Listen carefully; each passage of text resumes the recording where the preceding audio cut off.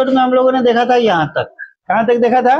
आर्थिक विकास की माप एवं सूचकांक के बारे में हमने बता दिया था कि नेशनल इनकम क्या है, इनके बारे में हो गया था। अब आता है दूसरा नंबर, इसका आता है कि प्रति व्यक्ति आय।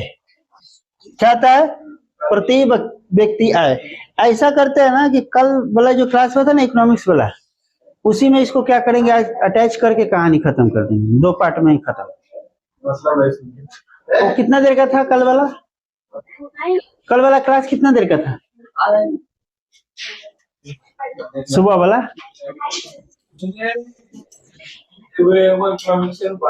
1 घंटा का था। नहीं तो रहने दो।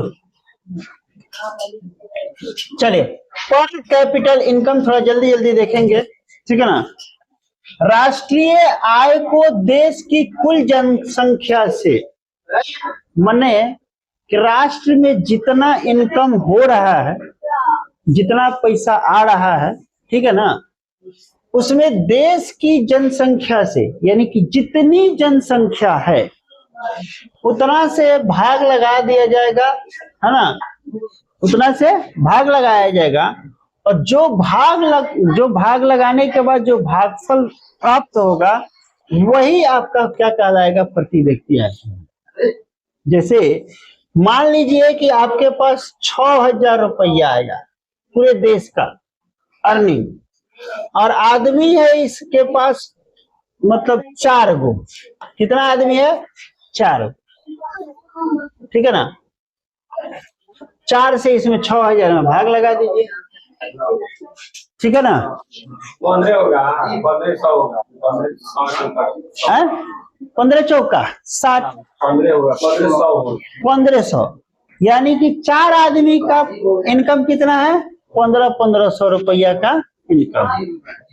तो मान लीजिए कि हम लोग का 140 करोड़ जनता है पूरे देश में, तो जितना इनकम आएगा देश का, पर साल की बात किया जा रहा है कि हर एक साल में जितनी इनकम आएगा उसके ऊपर भाग लगाइए। भाग लगाने के बाद जो आएगा वो प्रति मतलब कि व्यक्ति आय निकल जाएगा कि एक साल में एक आदमी कितना कमाता है, ठीक है ना। प्रति व्यक्ति आय इक्वल टू राष्ट्रीय आय अपॉन कुल जनसंख्या। मानव विकास सूचकांक, ह्यूमन डेवलपमेंट इंडेक्स, यानी कि आदमी में कितना डेवलपमेंट आया, ठीक है ना। यह स्वास्थ्य, जीवन, शिक्षा और सभ्य जीवन स्तर के आधार पर किसी मानव के विकास को क्या किया जा सकता है? मापा जा सकता है। जैसे कि उसका जीवन कैसा चल रहा हो, स्वस्थ चल रहा हो, उसके जीवन में शिक्षा हो, वो पढ़ाई लिखाई कर रहा हो, सभ्य हो, है ना, सामाजिक आदमी हो, है ना, उसके जीवन स्तर पर किसी मानव के विकास को मापा जाता है। अब आपका जीवन गरीबी रेखा में जी रहा हो, दवाई खाने के लिए पैसा नहीं हो, पढ़ाई करने के लिए पैसा नहीं हो, तो क्या वो मतलब कि ह्यूमन डेवलपमेंट हुआ? क्या नहीं हुआ। अब कहने का मतलब है कि मनोज तिवारी एक बार कहेंगे तो बोल रहे थे कि हमने 80 करोड़ जनता को गरीबी रेखा से बाहर निकाल लिया है। इसका मतलब आप 80 करोड़ को क्या दे रहे थे? राशन खिला रहे थे। 80 करोड़ लोग क्या थे? गरीब थे, तभी तो आप उनको दे रहे थे राशन, ठीक। दूसरा, मानव विकास सूचकांक HDI, संयुक्त राष्ट्र विकास कार्यक्रम UNDP द्वारा महबूब उल हक, क्या नाम है? महबूबुल हक, ठीक है ना, के निर्देश में जारी मानव विकास रिपोर्ट एक क्या है? हिस्सा है। मानव विकास रिपोर्ट क्या है? एक हिस्सा है। 2021 में प्रकाशित मानव विकास सूचकांक HDI, क्या बोलते हैं उसको? HDI ने भारत में 191 देशों में, कितने? 191 देशों की सूची में 132वें स्थान पर था।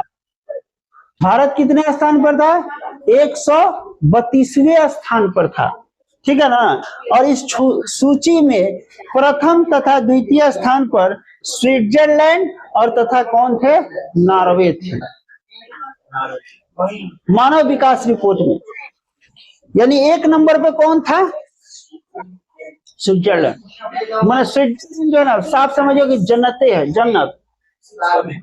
वहां का मतलब रहन सहन, खान पान, वहां का हर चीज एकदम। आज स्विट्जरलैंड का सबसे खूबसूरत देश स्विट्जरलैंड और नॉर्वे।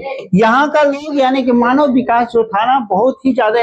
अब लोग पूरे 191 देशों में, हमारा भारत का नंबर पर था 132 नंबर पर। देख लीजिए कि हम लोग का कितना विकास हुआ है। उसी दिन ना बात बोले थे कि विकास हम लोगों का नहीं, विकास पूंजीपतियों का हुआ है, धनिक लोगों का हुआ है।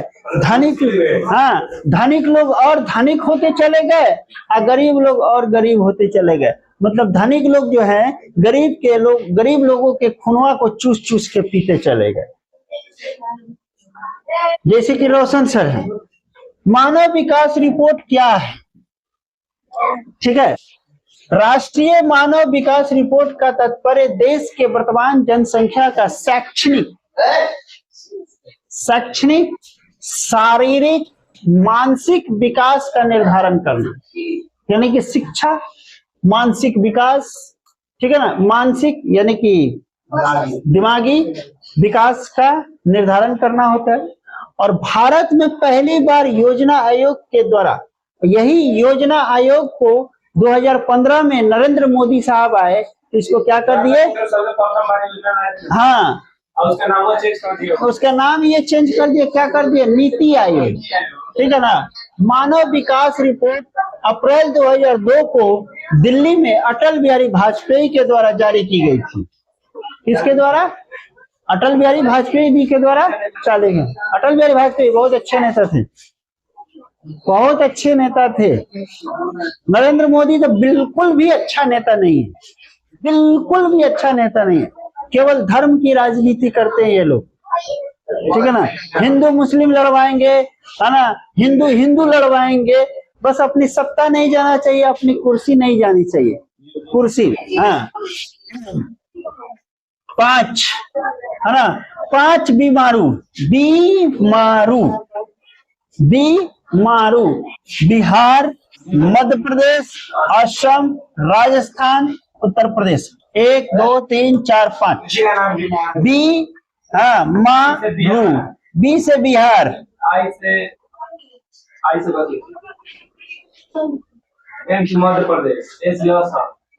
बी से बिहार, एम से मध्य प्रदेश, ए से असम, आर से राजस्थान, यू से उत्तर प्रदेश, आई से क्या हो जाएगा? हाँ, बिहार का ही बी आई होगा। ठीक है ना। बीमारू राज्य, ये सब के सब का है? बीमारू राज्य। अगला कह रहा है आधारिक संरचना किसे कहते हैं? वे सभी तत्व, बिजली, परिवहन, संचार, बैंकिंग, स्कूल, कॉलेज, जो देश के आर्थिक विकास के लिए सहायक होते हैं। तो ये सब के सब जितना है, बिजली देश के आर्थिक विकास कर रहा है कि नहीं? परिवहन, ठीक है ना। अब खाली सरकारी बस चलेबो तो चलते रह जेबो, जब तक प्राइवेट ना घुसे। हाँ, 3 दिन में पहुंचबा, है ना। आज प्राइवेट सेवा नहीं होता तो दिल्ली से होली पे, छठ पे, ईद पे, बकरा ईद पे क्या कोई पहुंच पाता?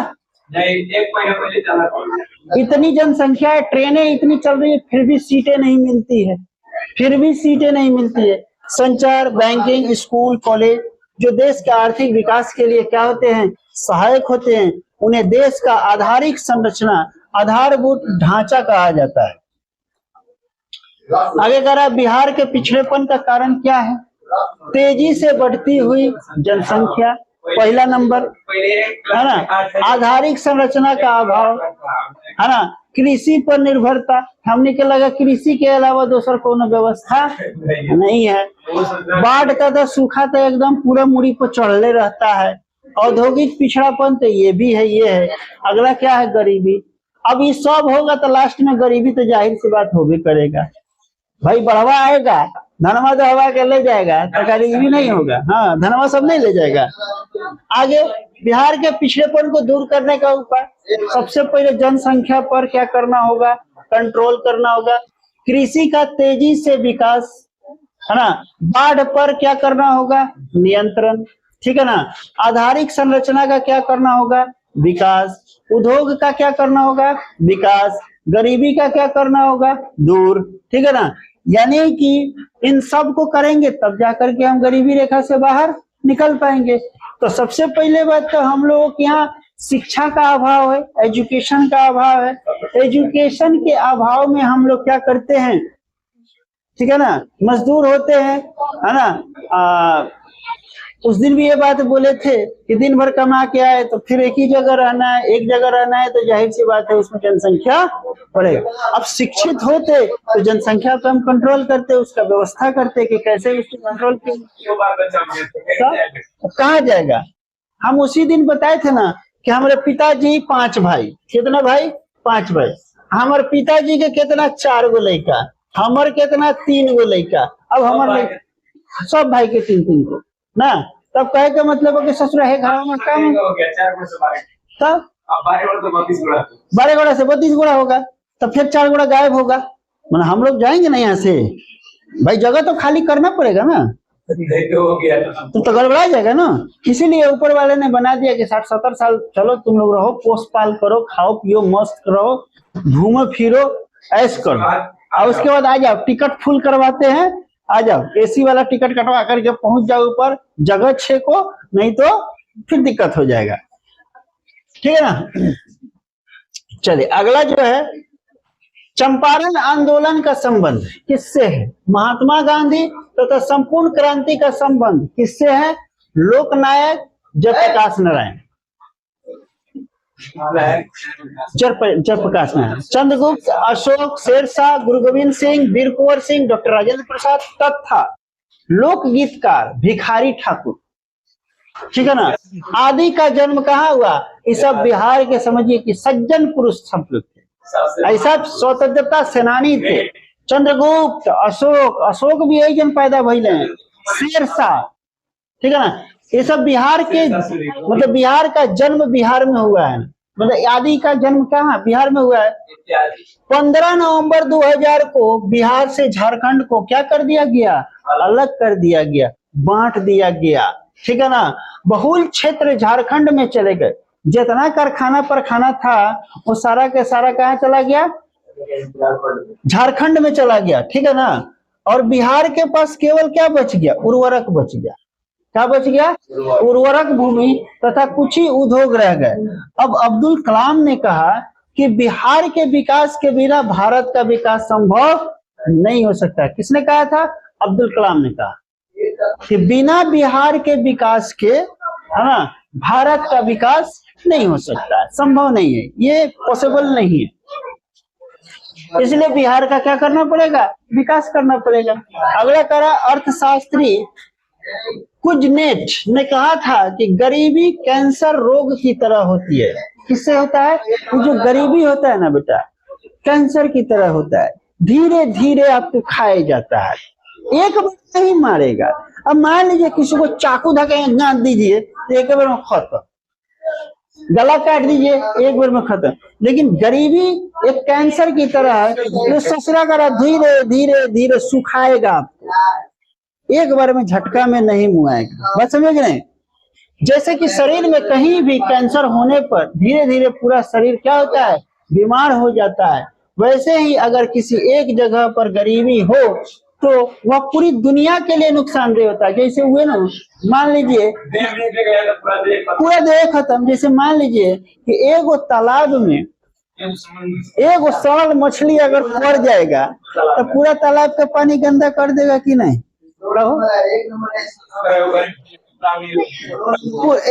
एगो शरीर एक मोहल्ला में गरीब है, ओकरा देखा था कि ससुरा और सब बीमार हो जाएगा, गरीब बन जाएगा, ठीक है ना।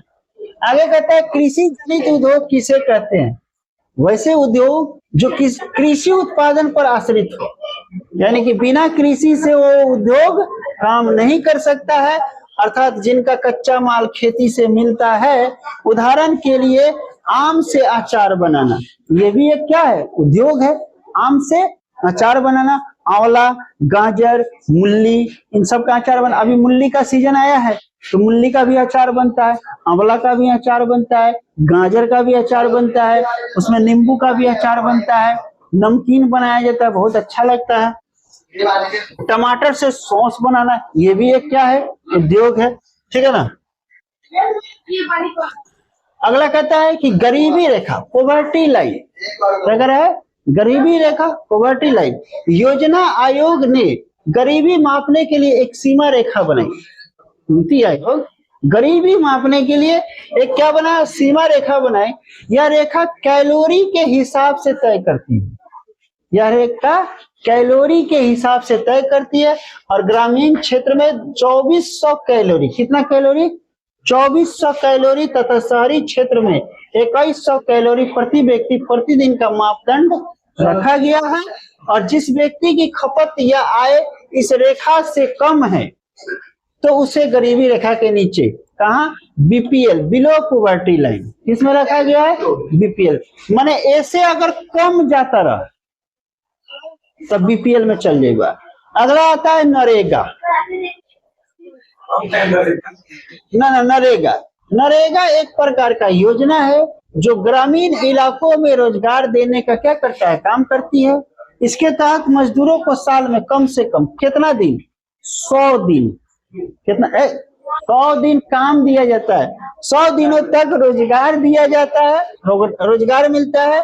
और राष्ट्रीय ग्रामीण रोजगार गारंटी अधिनियम, national rural employment guarantee act को संक्षेप में क्या कहा जाता है, नरेगा भी कहा जाता है। मनरेगा, नरेगा कहिए चाहे मनरेगा कहिए, और मनरेगा के तहत मतलब कि काम दिया जाता है। जैसे आप जाते होइएगा रोड के किनारे किनारे देखते होइएगा गाछी वृक्ष लगाया जाता है, तो सब नरेगा का काम है, सब रंग नरेगा का काम है। तो यानी कि साल में, हाँ, साल में 100 दिन, कितना, साल में 100 दिन आपको नरेगा के तहत आपको काम दिया जाएगा, है ना। तो काम देता है ना, और उसमें सोच पैसा खा जाता है मुखिया। सही में मुखिया बड़ा चकोड़ा बड़ा सा, आजकल के बहुत बड़का चकोड़ा, समझ लो। इसी के साथ ये चैप्टर आपका क्या हुआ, समाप्त हुआ। मिलते हैं अगले चैप्टर में, ठीक है ना। तब तक के लिए जय हिंद, जय भारत। काफी मेहनत हो गया।